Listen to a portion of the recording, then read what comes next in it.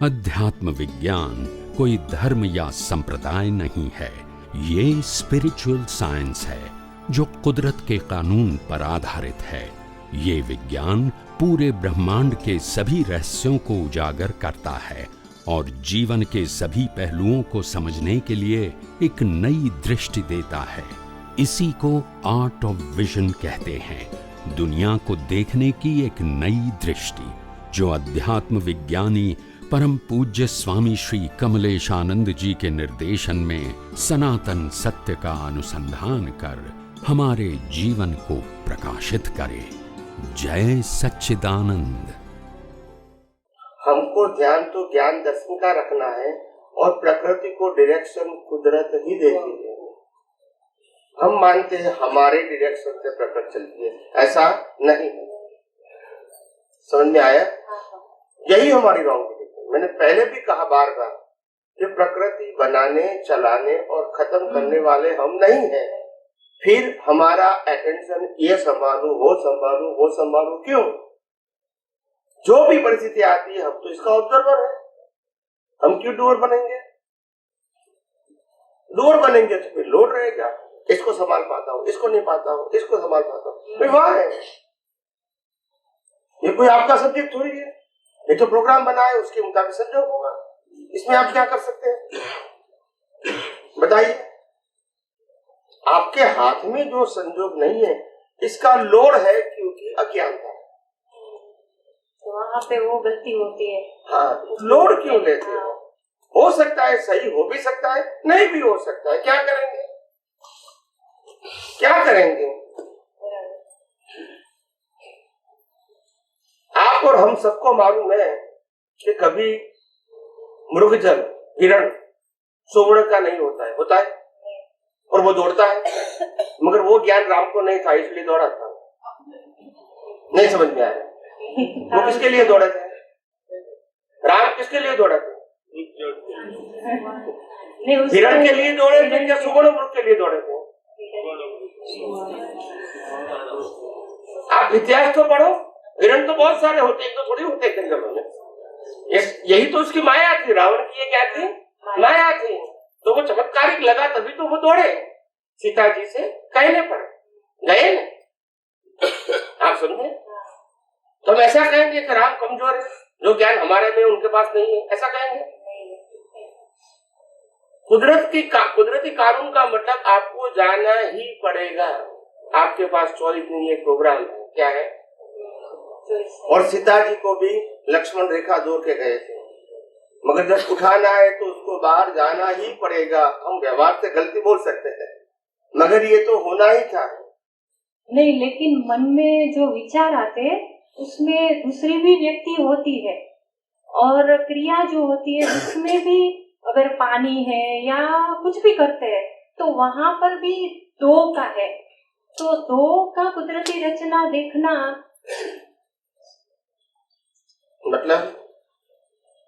मतलब दोनों व्यक्ति का देखना है। अगर मन में भी दोनों व्यक्ति का चलता है, ऐसे तो क्रिया यहाँ पर होती है, लेकिन मन में जो विचार आते हैं वहाँ भी कोई व्यक्ति तो रहते ही है।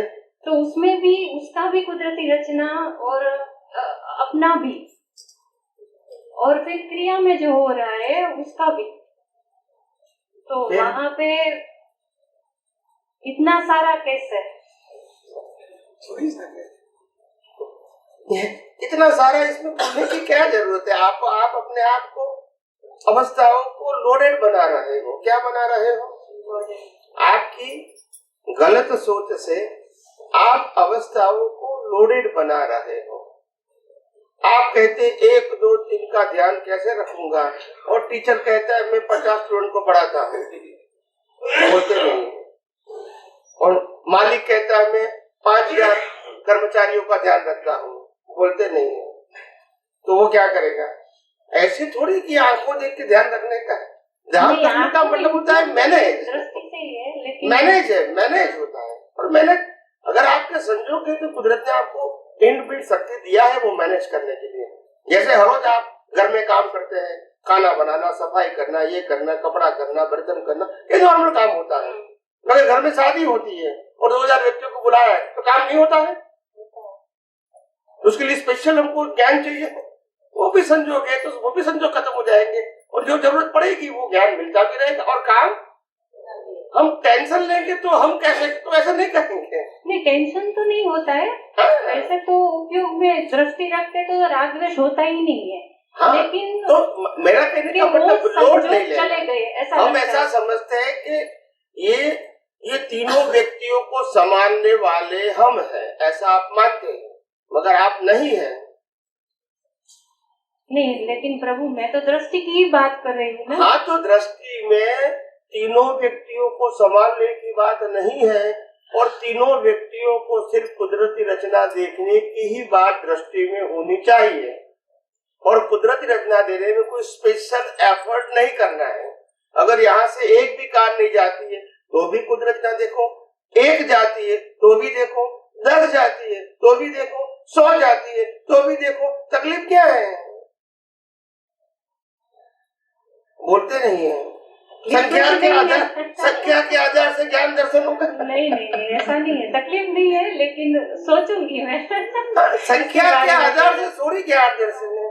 मैं कहूँगा इतने सारे महात्माओं को मैं कैसे शुद्धात्मा देखूं, कैसे संभाव में रहूं, ऐसा सोचने का नहीं, मैं ऐसी बात नहीं है, लेकिन प्रोसेस में कुछ प्रोसेस नहीं है। हमारे पास ज्ञान दर्शन को पावरफुल बनाने के अलावा और कोई रास्ता परिपक्व होने के लिए नहीं है और उसी को ही परिपक्व बनाना नहीं। संयोग तो आते जाते रहेंगे, संयोग की शक्ति भी कुदरत देंगे, सब कुछ कुदरत देती है। हम इसमें क्यों अपने आप को लोड देते हैं? लोड देना है कि हमारा दर्शन ऐसा पावरफुल है कि हजारों व्यक्तियों के साथ अगर काम करना है एक 24 घंटे में, तो भी मैं उसमें कुदरती इतना देख के संभाव में रह सकूं और सभी के अंदर शुद्धात्मा में दिखूं और मैं शुद्धात्मा में खुद भी रह सकूं। क्यों नहीं रह सकते? क्यों नहीं रह सकते? ये सिर्फ बोलने के लिए है कि मन शक्ति वाला हूं, सिर्फ बोलने का है, मानने का नहीं। ऐसा है?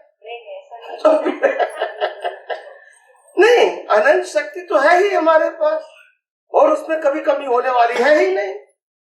हम दृष्टि से उसका उपयोग करके अनुभव करना है। दृष्टि शक्ति पानी नहीं है ही, मगर उपयोग करके क्या करना है? अनुभव करना है। अगर शक्ति पानी होती तो मैं समझता आपको मेहनत करनी पड़ती है। पानी नहीं है और ऐसे संजोगों में ही तो अनुभव करना है।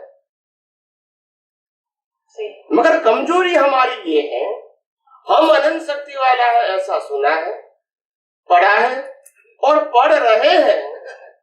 क्या बताया? सुना है, पढ़ा है और पढ़ रहे हैं, मगर मानते नहीं है। जब शक्ति की जरूरत पड़ी, जो अनंत शक्ति वाला नहीं उनके पास से ही मांगने का। मैं कहता हूँ, आप कहते हैं हनुमान के पास अनंत शक्ति है, कोई बात नहीं, मानो, मगर बोलो कि हनुमान के साथ अनंत शक्ति है, तो बोलने का नहीं, मानने का जरूर। तो फिर कैसे काम चलेगा? जो बोलते हो मानते नहीं हो, मानते हो ये विज्ञान थोड़ी है। तो यही तो गड़बड़ होती है। हमको खुद के ऊपर भी विश्वास नहीं है। ये हमारी बहुत एज अ थिंकर पीपल, हमारी बहुत, नॉट इंडिविजुअली, मैं जनरल बात कर रहा हूँ, ये हमारी बहुत कमजोरी है। हम जो बोलते हैं या समझते हैं या पढ़ते हैं, इसको विलिंगली एक्सेप्ट नहीं करते हैं और जो हम देखते हैं, अनुभव कर रहे हैं फिजिकली और सफरिंग कर रहे हैं, उसकी वैल्यू कर रहे हैं और हमारी अनंत शक्ति को हम इग्नोर कर रहे हैं। क्यों है? यहाँ प्रकृति कमजोरी है। एट ए टाइम आत्मा की अनंत शक्ति है या नहीं? तो इसका अनुभव होगा, इसका नहीं होगा। क्यों? वो हमारी दृष्टि में कमी है, उनकी शक्ति में कमी है। यस और नो? यहाँ शरीर कमजोर है, कोई भी एंगल से, ज्ञान से, दर्शन से, बुद्धि से, अहंकार से, कैपेसिटी से, फिजिकली, मेंटली, इकोनॉमिकली कमजोर हो सकता है, मैं मानता हूँ। मगर एट ए टाइम उसी समय हमारा आत्मा अनंत शक्ति वाला, अनंत ज्ञान वाला, अनंत दर्शन वाला, अनंत सुख वाला, अविनाशी चेतन है या नहीं? हमको तो एक ही का अनुभव होता है, दूसरा का तो होता नहीं है। तो मानने का ही है, बस अनुभव नहीं करना है। वैसे मैं अभी 2 महीने से ही देख रही हूँ आपका, लेकिन मुझे लगता है कि नहीं, सोचना है ज्यादा, मतलब उसके ऊपर स्टडी करना है। मैं आपके प्रश्न से आपको ही बात नहीं करता हूँ, मैं जनरल बात करता हूँ। ये तो मैंने पहले भी कहा, मैंने सत्संग में भी बहुत बार कहा है, किसी व्यक्ति के प्रश्न से मैं जब उत्तर देता हूँ तो मैं एक व्यक्ति को नहीं देता हूँ। ये सुनने वाले कोई भी व्यक्ति इन फ्यूचर ये बात सुनेगा तो उनको समाधान मिलना, दैट इज माई एंगल। भले प्रश्न आपने किया, मेरा उत्तर देने का एंगल ये होता है कि कोई भी व्यक्ति इन फ्यूचर सुनेगा तो भी उसको उसमें समाधान मिलना चाहिए। तो मैं इसीलिए उसको थोड़ा लंबा करता हूँ। लंबा करने का मेरा मकसद है ताकि सुनने वाले का, और इसलिए देखो ना, जो पहली बार मिलते हैं वो भी अपना अनुभव कहते हैं। क्यों कहते हैं? क्योंकि विज्ञान ही उसको ऐसा मिला है। तो पावर विज्ञान में है, और विज्ञान को हमने जब सही तरह प्रेजेंट किया है तो उसको समझना भी क्या हो गया, आसान होगा, बिना मिले और बिना इन टर्म्स एंड कंडीशन। तो विज्ञान पावरफुल है, और पावरफुल विज्ञान निकला है। आप समझे ना कि बिना मिले ही समाधान हो जाता है, और पहली बार मिलते हैं तभी भी अनुभव कहता है। आप समझे? और जब किसी को विज्ञान देते हैं ज्ञान के माध्यम से, तो 20 साल के बाद वही कहता है अभी अनुभव तो नहीं हुआ। अभी आपने जो कहा वो सब कुछ किया, मगर अनुभव, क्योंकि अनुभव की बात ही नहीं है, वहां तो क्रिया की बात है। फिर क्या करोगे? क्योंकि अभी सब उल्टा हो गया ना, अभी सीधा करना पड़ेगा।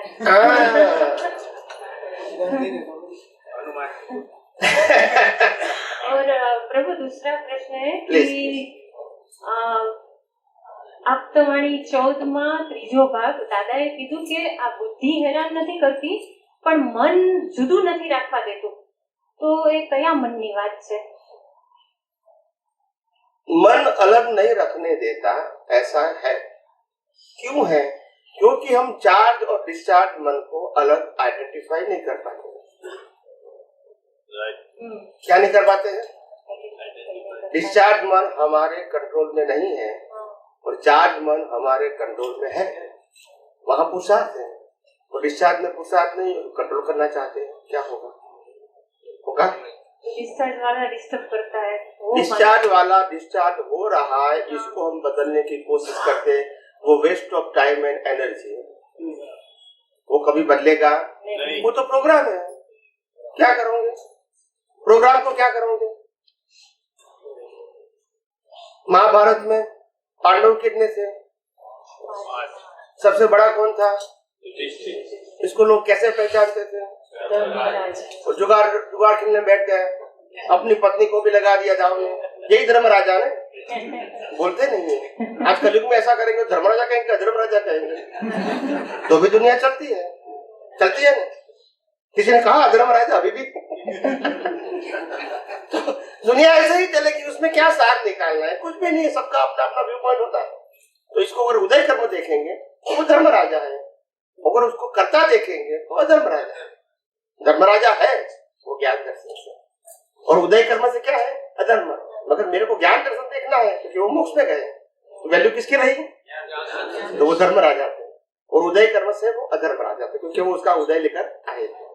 तो एक ही अवस्था में आपके दर्शन के मुताबिक आप इसकी वैल्यू कर सकते हैं। तो दुनिया में जो लोगों की जो दृष्टि है वो वैल्यू करेंगे, हमको वो देखने की जरूरत नहीं। मैंने एग्जाम्पल इसलिए दिया ताकि कई लोग मेरे को जब प्रश्न करते थे, मैंने कहा दुनिया कैसी चलती है वो इम्पोर्टेंट नहीं है, दुनिया को देखने की हमारी दृष्टि कैसी है वो इम्पोर्टेंट है।